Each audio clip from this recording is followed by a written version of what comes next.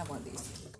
I pledge allegiance to the flag of the United States of America and to the republic for which it stands, one nation, under God, indivisible, with liberty and justice for all. Where's David? Roll call. Myers here. Rushmore here. Imhoff here. Clark Hubbard here. And Burnwald is running about 5 minutes late, he said, so we'll be joining momentarily. We'll start off with approving the agenda. Everybody should have had a copy. Any questions or comments on that? I just have a couple proposals because there's another meeting going on that some individuals are trying to make it to at 7. So I'm going to make a motion that we approve the agenda with a change to move the zoning administrator's report between 5 and 6, just before the treasurer's report. And then for number 5, public comment, that we open that up to all items because we do have a special guest here this evening. Assistant Prosecuting Attorney Jason Evans is here, and we wanted to let him go towards the beginning and not the last public comment at the end of the meeting. So is there support to approve that motion? Support. Okay, motion's been made and supported. Further discussion? Hearing none, all in favor? Aye. Aye. Opposed? Motion passed. Approval of the minutes from our June 17th regular meeting and our special meeting on June 19th. Everybody should have a copy of those. Was there any questions or changes or errors noted in those 2 sets of minutes?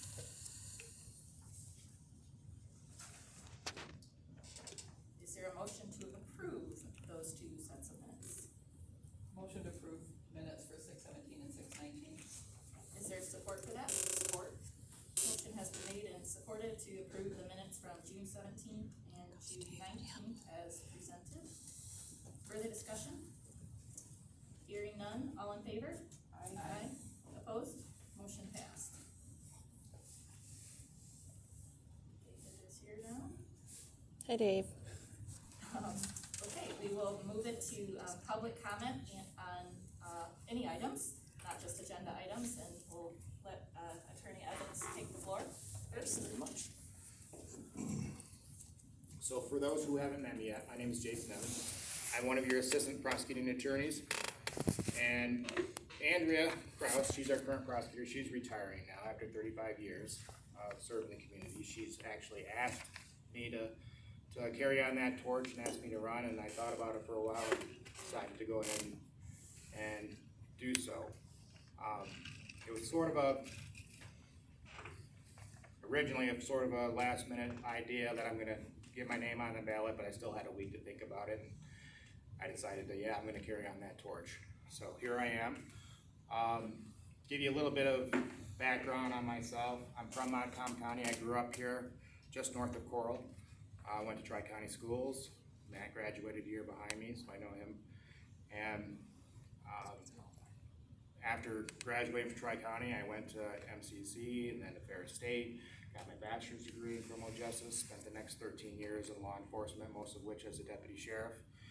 After about 13 years of doing all of that, I decided on a career change, got into commercial diving of all things, and dove all over the Midwest, mostly in power plants. The company that I worked for was out of Stevensville, Michigan, and we serviced hydroelectric, coal burning, and nuclear power plants. And that got old pretty quick. Gone from home months on end, and so I talked to my wife for another career change, and she suggested law school, and I said, well, at my age, I don't really want to take on a student loan debt of $100,000. So we talked about it for a while, and then in 2017, for my birthday, she bought me a stack of LSAT books, and she said, here you go, study, see if you can get into law school. So I did. I got into Cooley Law School. While I was at Cooley, I did an internship here at the county prosecutor's office. Fit in really well, got along great with everybody. They even let me run a couple of criminal trials, even though I didn't have my law license yet. And while doing that, I met Judge Eggleston. Judge Eggleston offered me a job as court administrator and magistrate, and so I took that job. So I passed or I graduate law school, pass the bar, and get promoted to attorney magistrate, and spent about a year, a little bit more than a year doing that job, and then a spot opened up at the prosecutor's office, and Andrea offered me the job, and so I took it. So here I am. So why pick me over my opponent? I'll tell you, it's experience. And experience matters in this profession. So I've literally been involved over my career with thousands of criminal cases. So in the last year alone, I've prosecuted over 1,000 cases. And so that includes my time as a deputy sheriff, court administrator, attorney magistrate, and now as assistant prosecuting attorney.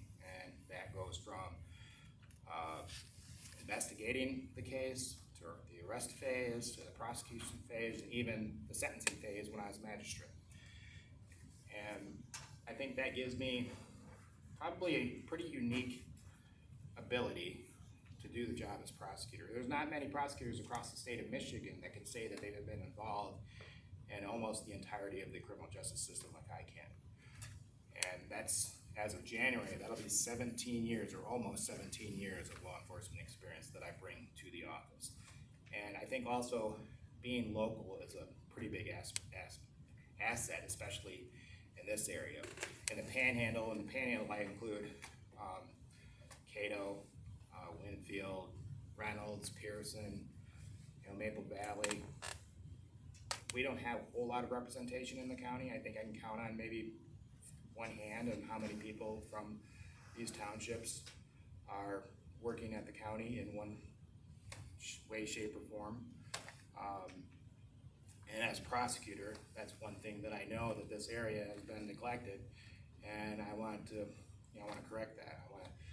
I can bridge that gap between the lawyers and the cops. I can bridge that gap between the prosecutor's office and the courts because I've been there and I've done that. And I know the system here pretty well, and that'll allow me to get the job done, make the changes that need to happen. And I'm glad to talk to anybody here privately about some of my agenda issues or what I would like to accomplish, but I don't want to give that out in public specifically because when I first started doing these town hall meetings, my opponent would be here, and after a few township hall meetings, he started stealing my ideas, so I don't want to put those out in public right now. But you can reach me on my Facebook page. You can also reach me via email. You said you already had a copy. Already had one. There is my Facebook page and email address on that card. Particularly on the back, on the bottom, you'll find that.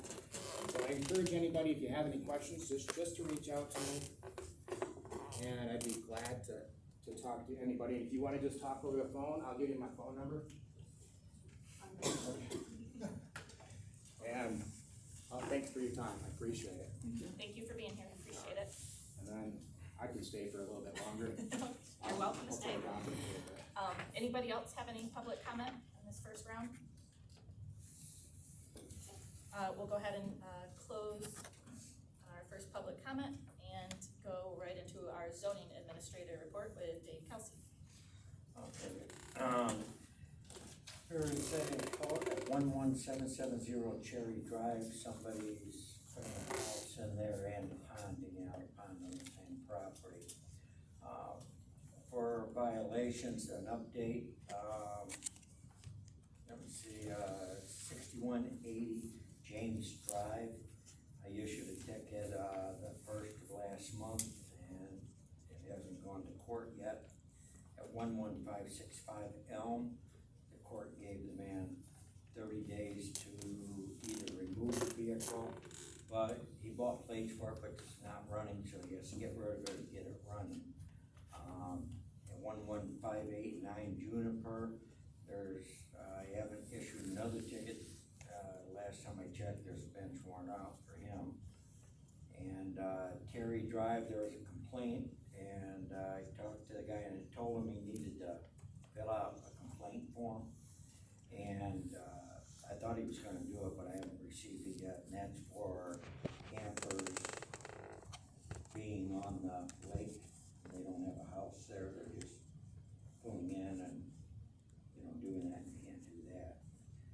And, well, you can get a temporary permit, but it wouldn't be for the whole summer.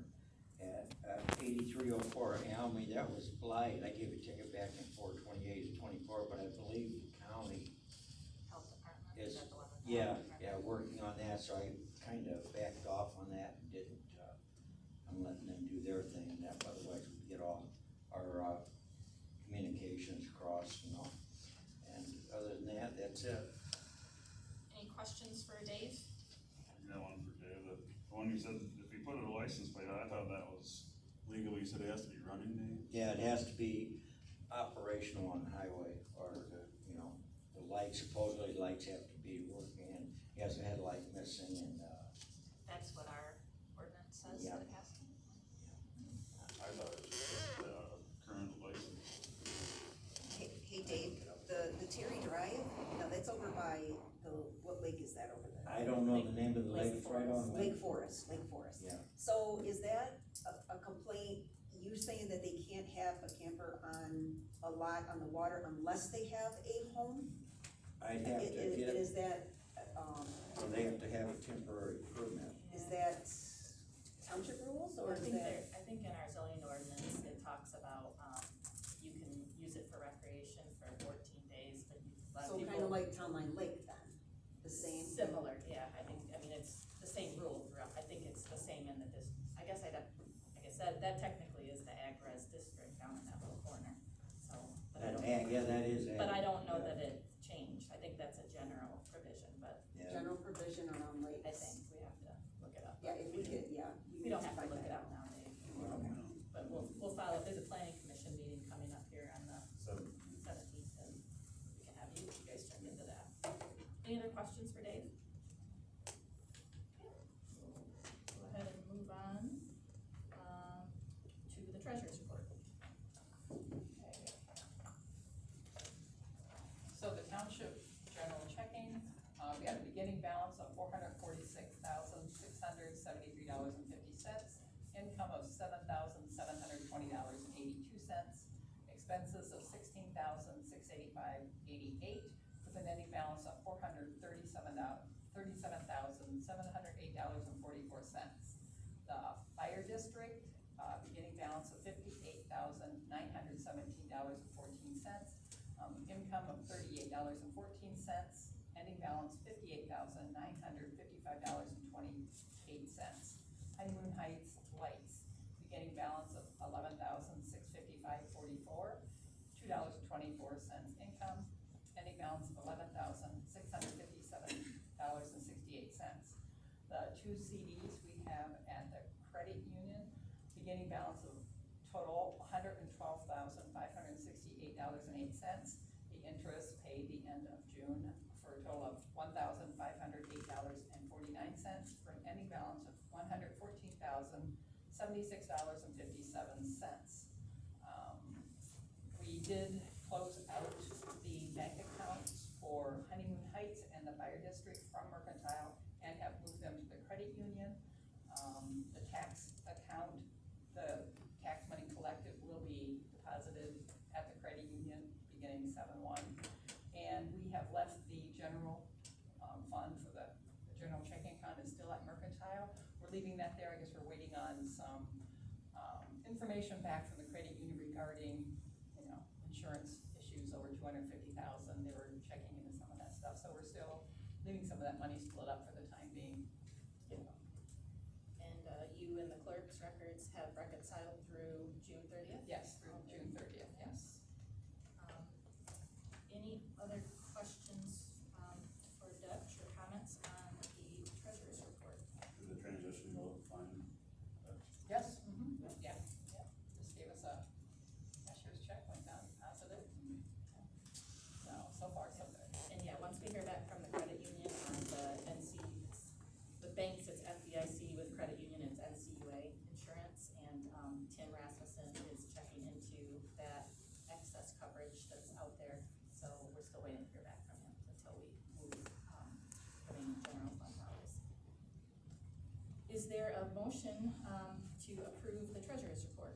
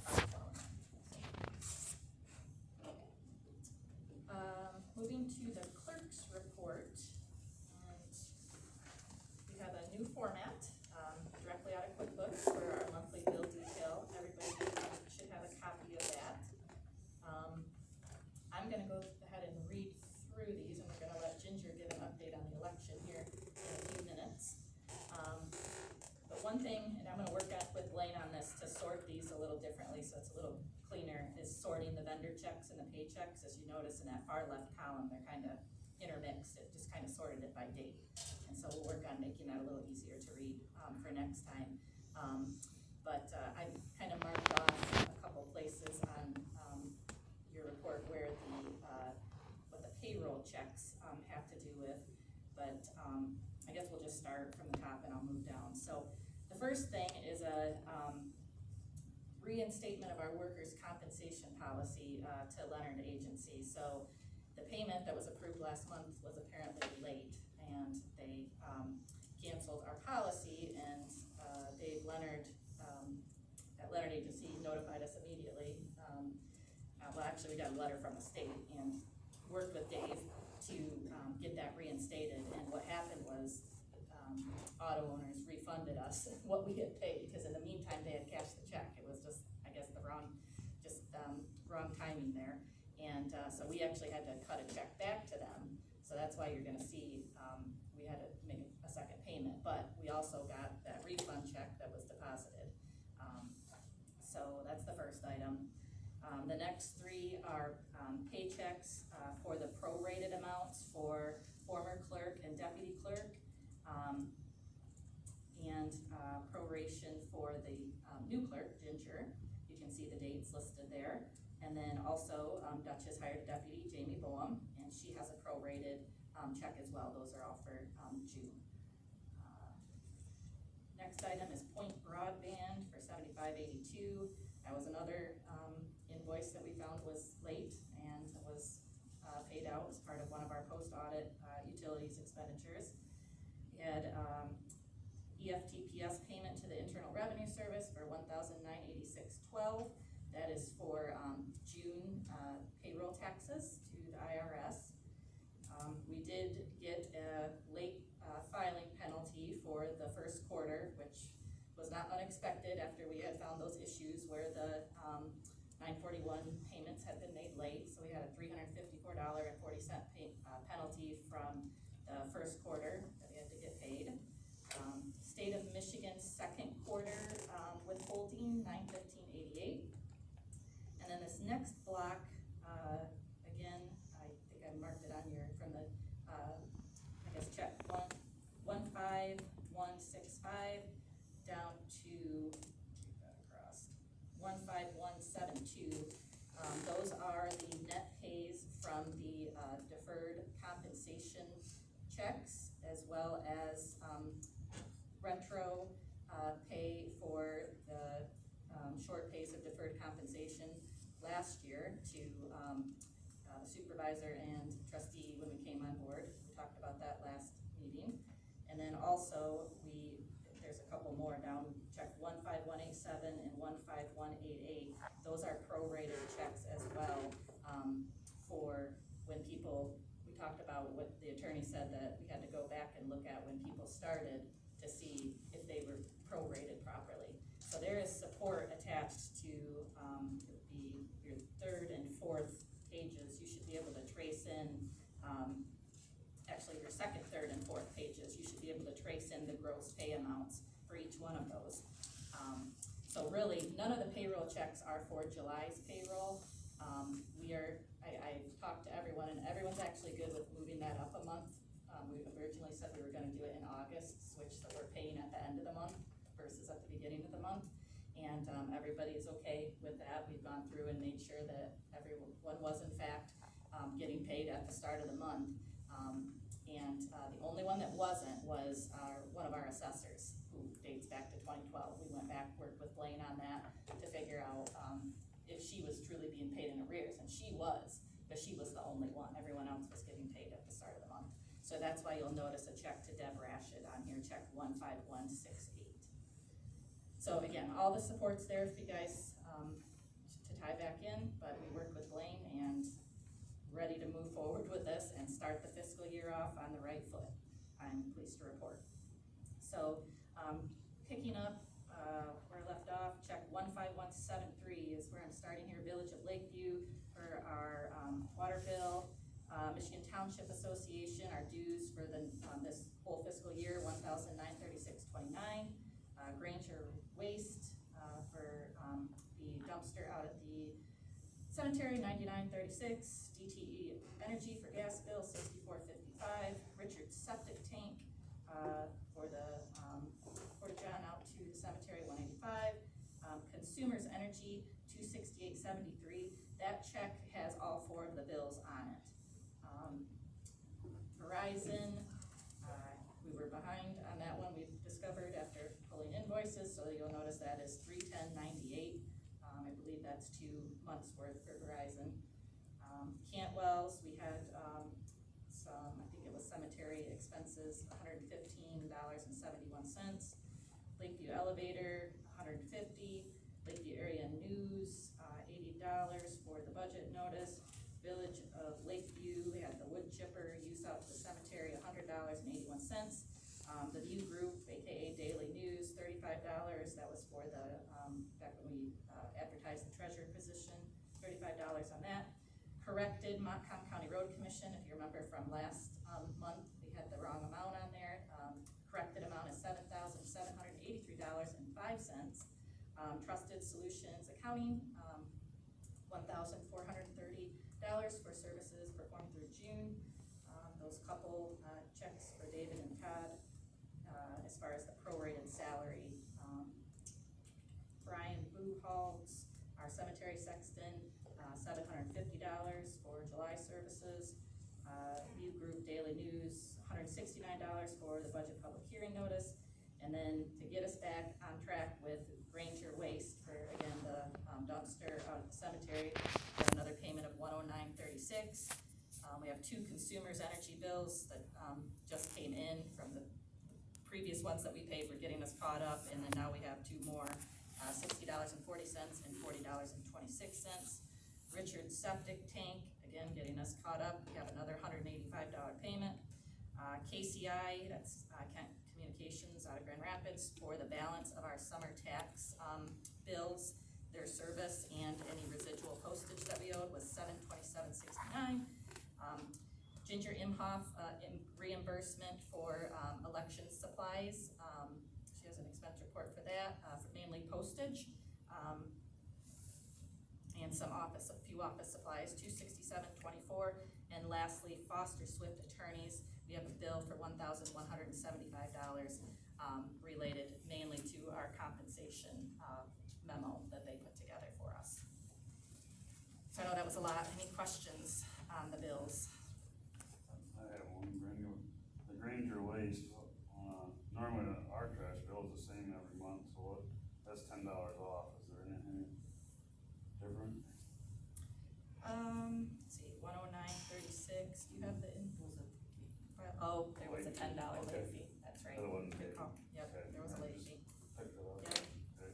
And so again, just to confirm, the July payroll is, will be paid on, last business day of the month, July 31st. And what we have here is deferred compensation that was scheduled, the retro deferred compensation for prior year for the 2 members that were not properly paid, and then the retro prorated salary for going back to the existing board members and former clerk and treasurer to see when they started, and when they took the oath of office, they should have been prorated for that first month, and they were not. So all of that, again, is detailed out in your packet. That being said, is there a motion to approve the I payment? have one question, maybe. Okay, The Granger Waste, do we have a cart here for the community center? we do not. We do not.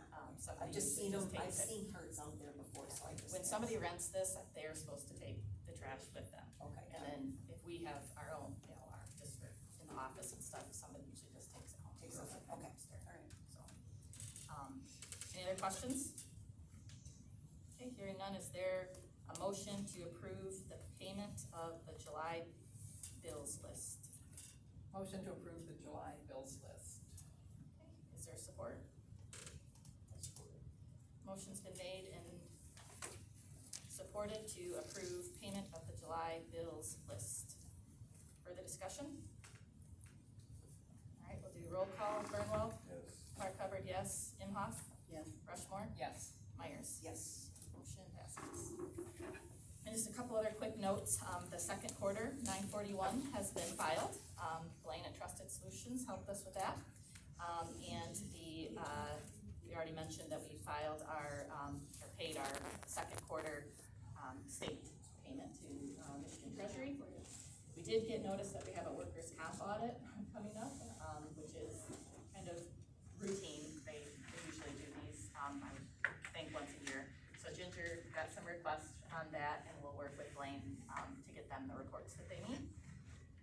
And one other item I wanted to bring to the board's attention in the bills realm. So we got the new fire extinguishers from Summit, Fire Protection out of Mount Pleasant, and they have offered us a service agreement, where we lock in pricing for them starting next year. For a cost of $75, they will come out and, service or inspect our, fire extinguishers. So you'll notice each one of those has a little card on it that where you punch it that they've been inspected. I did, talk to them. There's pretty straightforward, but they have this little fine print terms and conditions, which there's a 5% increase per year, so it'll be $75 and it'll go up 5%.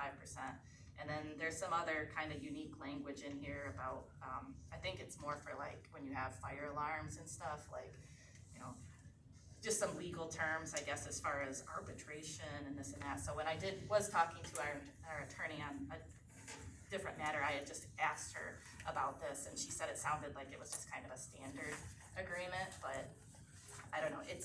We would lock in for 3 years, and they would come out next year, and first time it would be $75, and they'd inspect it. I did ask what if we didn't lock in the price. He said it's about $8 to $9 per extinguisher and a $65 truck charge, so that's about $100. I don't know. I just didn't like the fine print. I mean, it's very fine print, and they're located in the state of Minnesota, so I wasn't comfortable. But I'm open to what the board has to say, but I feel like we just call them next year, and just unless they kind of modify this, just a little overkill for fire extinguishers, I thought. That might be something we can coordinate with the fire department too. Oh, okay. So, yeah, and we could get out of this, he said, but he said it's just really just locking in the price, but it's not that big of a difference, and I just. When was the last time it was updated? That was my question. You know, if it's been, from when I haven't been on here, I don't remember we've been talking about the fire extinguisher, so. Well, we just got brand new ones. Yeah, I know, that's what I'm saying, so that's what I'm saying, it's 3 years, unless somebody uses it, they really don't, I mean, they do go down, you're on, I don't know what the legal thing is, you're supposed to check them once a year. My feeling was we just contact them next year, maybe check the ingredients, and then this, I don't know. Yeah, I agree. Just didn't seem to, is that right? Yeah. I'm Yes. good. Not act on it, Yeah. okay, we'll move on. Okay, and then I'm gonna let Ginger give an update on where they stand preparing for the election. First off, I wanna congratulate her on taking all of the training to get her accreditation and QBF file training. She has worked extremely hard these past weeks to get all of that training completed. And so, can't thank you enough for the hard work that you've put into this. And I just wanted to say that and let you. The only way though I could have ever done it is because you guys have helped so much, and I pretty much just focused on elections. So, that's all I dream about. That's all I think about. I completed all of those requirements, and right now, we're in the process of, in case you don't understand a lot about how elections, you send out the absentee ballots, and a lot of people that they don't get absentee ballots don't really think about that, so. Those have been sent out in the applications, and that was done by, Montcalm County. And then after I got my certification, then I went over and got everything and brought it back over here and took over that. I'm not sure how many hours they had in, but we haven't gotten a bill from them yet, so we'll have to wait and see. You know, we had approved a Right. very conservative amount. It will come in much less than that, much less, so, but. So that's all in full swing, and, let's see, on order, one of the things that the federal government, or, yeah, it must be the federal government, has those drop boxes that, you can order and have put outside, and, we were a little late in ordering ours, and ours isn't arrived yet, but it should any time now. And it is about, I think it's an 18 by 22 that hangs on the side of the wall, or the outside wall. And we'll have to have someone to install that when that comes. But the state's paying for that. The state, yeah, I didn't know if it was state or The box federal. itself Right, will be paid right, by the and that state. was $900 Yeah, for that but box, but they're they're paying- paying for it, they're paying. yeah, so that's very good. And, I am in the middle now of doing an election emergency response plan. But they give you a template for it, and, so working on that, and in here, one of the things that we need to do is find an alternate location in case of fire, in case of tornado, in case of whatever, water break, we don't know. Just all I have to do is just have that on, so we know, and have gotten approval ahead of time, so I thought about, the VFW, which is now in the bank, cause they have an area that would be easy accessible, or the library. Does anybody have preferences, thoughts on? So it's just getting a hold of, say, the VFW and making that it known to them. Known to them, and Okay, and then okay that can go in our plan, yes, your plan with that location. yes, Address and location, I think that'd be great, and there's, Jamie, she's part of the BFW, Jamie Bowen,